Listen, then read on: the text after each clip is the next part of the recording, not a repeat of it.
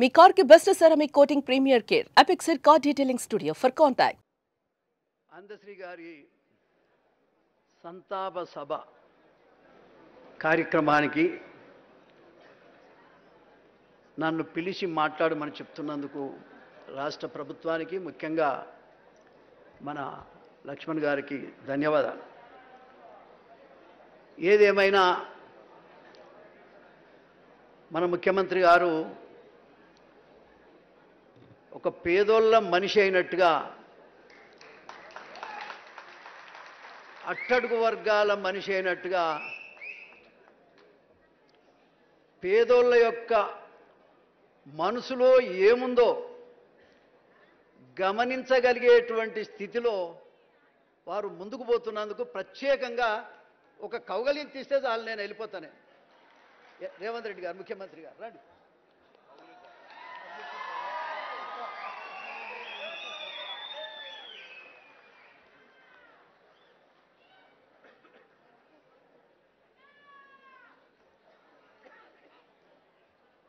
అరే, కులంలో పెద్దోన్ని, 70 ఏళ్ళ వయసు వచ్చినాయి,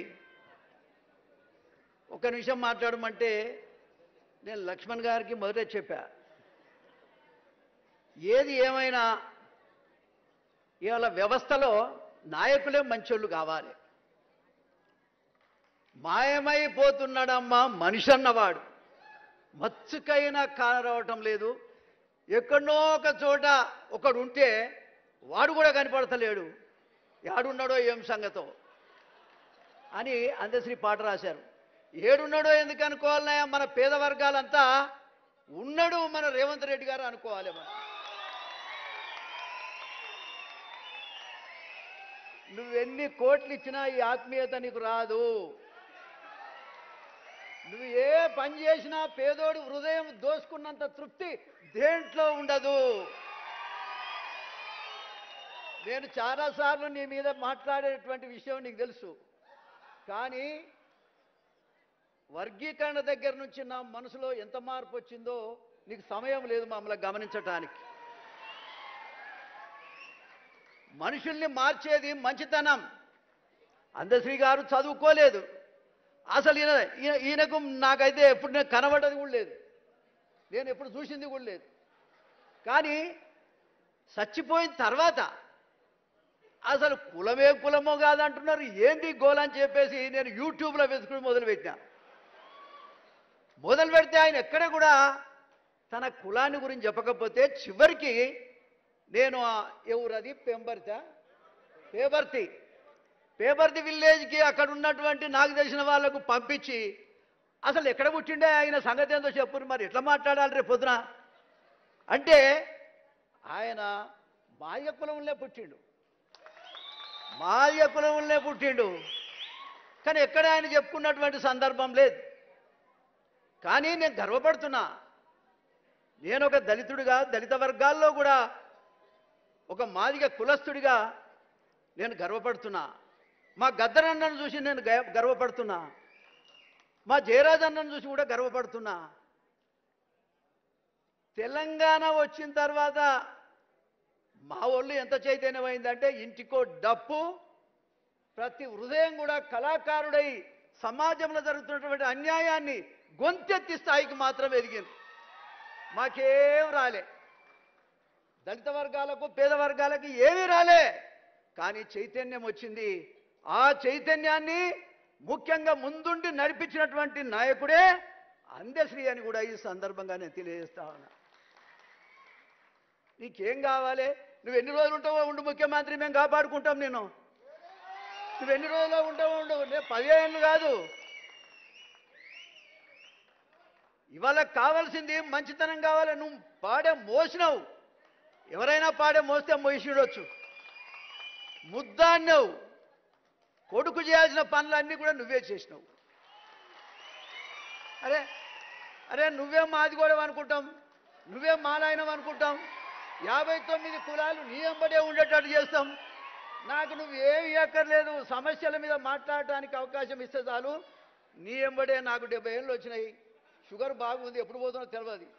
అందశ్రీ గారు 64 ఏళ్ళకే పోయింది, నాకు 70 వచ్చినాయి. నేను 70 వచ్చిన నెల చూస్తుంటా, వీడు గట్టిగా నడుస్తుండా, నా పని అవుతుందా ఉంటుందా. మా హనుమంతన్నని చూస్తే అరే 20 ఏళ్ల కింద చూస్తే అట్లే ఉండి ఇప్పుడు అట్లే ఉన్నాయి.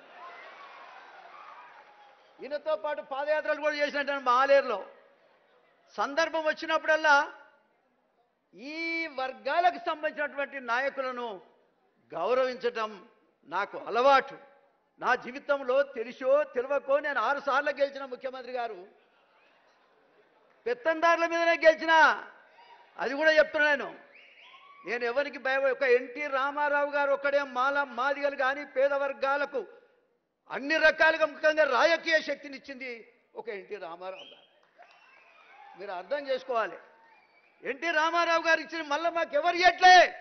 ఒకవేళ నువ్వు అందశ్రీ రాసినటువంటి పాటలో భాగంగా మా ఎక్కడో ఉన్నాడు యారునో కనబడతాడని చెప్పిండు ఆయన. ఇవాళ నేను అంటున్నా ఒక మాదిగ బిడ్డగా లేకపోతే దళిత బిడ్డగా, మేమందరం నీ ఎంబడి ఉంటాం. నిన్ను వీకెట్టోడే లేడు ముద్దాడు. మా మాదిగోళ్ళ ఇళ్ళలో వాడు, మా మాలోళ్ళ ఇళ్ళలో వాడు, మా 59 కులాలు ఇళ్ళలో ఒక్కసారి అట్ట వండుకోరా. మా బీసీ ఇళ్ళలో వండు, మా సాకరోళ్ళ ఇళ్ళలో మంగళోళ్ళ ఇళ్ళలో పండుకొని రావయ్యా. నువ్వు ఏ పని చేయకపో. ఏం బుబ్బ ఎవడు పెడుతుండే ఎవడు ఆగు బిడ్డ, ఎందుకు తొందర పడుతున్నావు? నన్ను డయాస్ మీద గింతే మాట్లాడిన చెప్పినటువంటి వ్యక్తి అయితే లేడు. కానీ మా రేవంత్ రెడ్డి ఫస్ట్ టైమే చెప్పినాయా నేను సరే మొట్టమొదట రేవంత్ రెడ్డి ముఖ్యమంత్రి అవుతాడు నా తమ్ముడు అని చెప్పిన. నేను అందరికంటే మొట్టమొదట ప్రకటించింది నేను. కానీ ఏం చేద్దాం, కాలం ఇట్లా గడిచొస్తా ఉంది. ఓకే, అయినా కూడా నాకే ఇబ్బంది ఏం లేదు. నేను అన్నీ చూసినా, అన్నీ చేసినా. ఇలా అందశ్రీ మహాకవికి మీరు పట్టం కట్టిన దానికి మా అందరికి పట్టం కట్టినట్టే లెక్క. ఏం ప్రభాకర్ అన్న, అందరికి పట్టం కట్టినట్టే లెక్క. కాబట్టి ఒక్కసారి రేవంత్ రెడ్డి గారి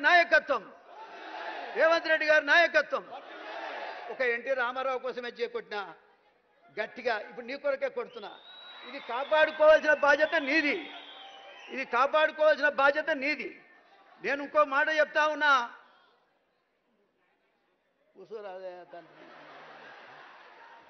ఇగో మా కులాల్లో కూడా ఒక లాస్ట్ మాట రేవంత్ రెడ్డి గారు, నేను 3 పిల్లలు వర్గీకరణ విషయంలో కాల్చుకొని చచ్చిపోయింది. మళ్ళా మాడి చస్తే ఆ హాస్పిటల్కు నేనే పోయినా. నేను పోయి వాళ్ళు చనిపోయినటువంటి దశ వరకు నేనే ఉన్నా. నువ్వు వర్గీకరణ చేసిన తర్వాత అసెంబ్లీలో నువ్వు మాట్లాడినాక డైరెక్ట్గా నేను అంబేద్కర్ విగ్రహానికి దండేసి ఆ చనిపోయిన ఇండ్లు హ్యాబిట్స్లో ఉన్నాయి, ఎక్కడో కాదు హ్యాబిట్స్లో ఉన్నాయి. మీరు ఇచ్చినటువంటి స్టేట్మెంట్ని తీసుకొని చక్కగా స్పీడ్ తోటి వాళ్ళు ఇళ్లలో పోయిన వాళ్ళు బిచ్చగాళ్ళు ఉన్నట్టున్నారు. నలుగురే. ఈ నలుగురు పాపం ఏమీ లేదు. నేనేం చేయాలని చెప్పేసి అప్పటిదాకా మేము చూడలే. మా మందకృష్ణ మాదిగని వాస్తవంగా మేము ముందర పెట్టి ఉద్యమాన్ని నడిపించినాం. మేము కాదని చెప్పడంలే. ఆ ఉద్యమాన్ని వెనుక ఉండి నడిపించింది కూడా మోతుకుపల్లి నరసింహలే. నేను ఇది కూడా చెప్తా ఉన్నా. కాబట్టి అయినా సరే పాలిటిక్స్లో ఏదైనా వర్గాల వాళ్ళకు కూడా మనం సపోర్ట్ చేయాల్సిన అవసరం ఉందని చేశాను నేను. ఇవాళ నేనేమంటే కనీసం ఎవరం అక్కడ పోలే. ఇవాళ మీరు దానికి ఒక రూపం కల్పించారు కాబట్టి మీ పేరు మీద నేను అక్కడికి పోయిన 30 ఏళ్ళ తర్వాత వాళ్ళు ఏడుస్తున్నారు పాపం. అరే ఏమైందా, మరి ఎవరు సాయం చేయలేదు, మరి ముచ్చట మన దగ్గర రాలేదు, ఇప్పటిదాకా ఏమైపోతుంది చెంపలు వేసుకొని నేను ఇమ్మీడియట్గా మా ఎటువా రాజనాథ్ సింగ్ లేడా పోయిండా, ఆయన మంచిగా చెప్పేటప్పుడు ఉండడు.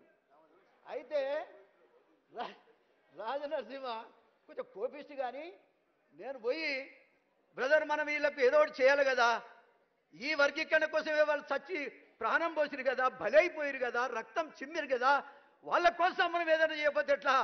ప్రభుత్వం దగ్గరికి ముఖ్యమంత్రి దగ్గరికి పోతే వర్గీకరణ చేసిన మనసు ఎప్పుడైతే ఆయనకుందో ఖచ్చితంగా వీళ్ళకి న్యాయం చేస్తాడని చెప్పాను నేను. లక్ష్మణ్ కూడా చెప్పాను నేను. కనీసం వెంటనే దామోదర్ రాజనరసింహ గారు వాస్తవంగా కొంచెం కఠినంగా మాట్లాడతాడేమో కానీ మనిషి మంచిదే. సుమారుగా ఒకరికి 5-5 లక్షల రూపాయలు ఇచ్చి వాళ్ళను ఊరట చేపించిన, ఏది ఏమైనా వాళ్ళకి ఇంటికో ఉద్యోగం, ఓ 1 కోటి రూపాయలు ఎంతో మందికి కోట్లు ఇస్తున్నారు. వాళ్ళు ఒక కాజు కోసం దచ్చిన వాళ్లకు 1 కోటి రూపాయలు చొప్పున వాళ్ళకి ఇవ్వాలని నేను కోరుతున్నా.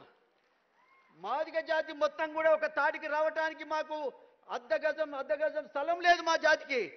కనీసం ఇదే నక్లెస్ రోడ్డు మీద ఒక స్తూపం కట్టుకోవటానికి కనీసం ఒక 1000-2000 గజాలు ఇచ్చి మా కులాన్ని గౌరవించవలసిందిగా కోరుతా ఉన్నా. ఎందుకంటే నీ పేరు మీదనే మీరే ఫౌండేషన్ వేయండి, మీరే కట్టియండి. జాతి మొత్తం కూడా ఏదో ఒక రోజు పండుగ రోజు మేము చేసుకునేటువంటి అవకాశాన్ని హైదరాబాద్లో మాకు కల్పించాలని నేను కోరుతా ఉన్నా. దయచేసి నేను ఇప్పటిదాకా దరఖాస్తులు ఒక్క నిమిషమే, నేను దరఖాస్తు పట్టుకొని ఎవరి దగ్గరికి పోను నేను. కానీ వాళ్ళు గిలగిల కొట్టుకుంటుంటే చూడలేక మీకు ఆ దరఖాస్తులు కూడా మీకు ఇచ్చాను. ఇంకో మాట ఏంటంటే ఈ వర్గీకరణ విషయంలో చాలామంది చాలామందికి ఆ తమ్ముడు కేసులు ఉన్నాయి. ఇంకా కూడా ఆ కేసులన్నీ తీసేయగలిగినాయి. దయచేసి ఆ కేసులన్నీ తీసేస్తే ఈ వర్గం వాళ్ళు ఇవాళ నా మాల సోదరులు కూడా ఏదైనా కావాలంటే ఇవ్వండి, ఎవరికేం కావాలన్నా ఈ వర్గాలను గౌరవించండి. ఇది మాత్రం ఖచ్చితంగా మేము స్తూపం కట్టుకుంటాం. ఈ వర్గాల వాళ్ళంతా ఒకసారి ఏరి చైతన్యం చేసుకోవడానికి అవకాశం ఉంటుందని ఈ సందర్భంగా నేను తెలియజేస్తూ, ముఖ్యంగా ముఖ్యమంత్రి గారు వయసులో చిన్నవాడైనా నేను అనుకుంటా అందశ్రీ నీ చెవిలో ఊదినట్టుండు. అందుకనే ఇవాళ ఈ పేద వర్గాల యొక్క ఆలోచన విధానం మీరు అమలు చేస్తున్నారు. నేను ఒక్కటే ఈ సందర్భంగా చెప్తా ఉన్నా, మా మనసు గమనించండి. మాకే కోరికలు లేవు. వయసులో ఉన్నప్పుడే నేను ఏం కోరుకోలేదా, నీతికి నిజాయితీకి అంబేద్కర్ వారసుడిగా బతికిన నాకు నాయకుడు విద్యార్థి దశలో కూడా మాకు ఆనాడు నాయకుడిగా మా ఉన్న జేబీ రాజు గారు. ఇవాళ ఒక్క మాటలో చెప్పాలంటే ఒక్క మాటలో చెప్పాలంటే మరి అప్పుడో ఇప్పుడో మాట్లాడినిస్తే నేను ఎప్పుడో దిగిపోదు కదా, మాట్లాడక చాలా రోజులే. ఈ సమస్యలన్నీ కూడా ముఖ్యమంత్రి గారు మాకు ఒక మీటింగ్కి అవకాశం ఇవ్వండి, మాదిగ వాళ్లకు ఇవ్వండి, మాల వాళ్ళకు కూడా ఇవ్వండి, వ్యవస్థాపరమైనట్టు.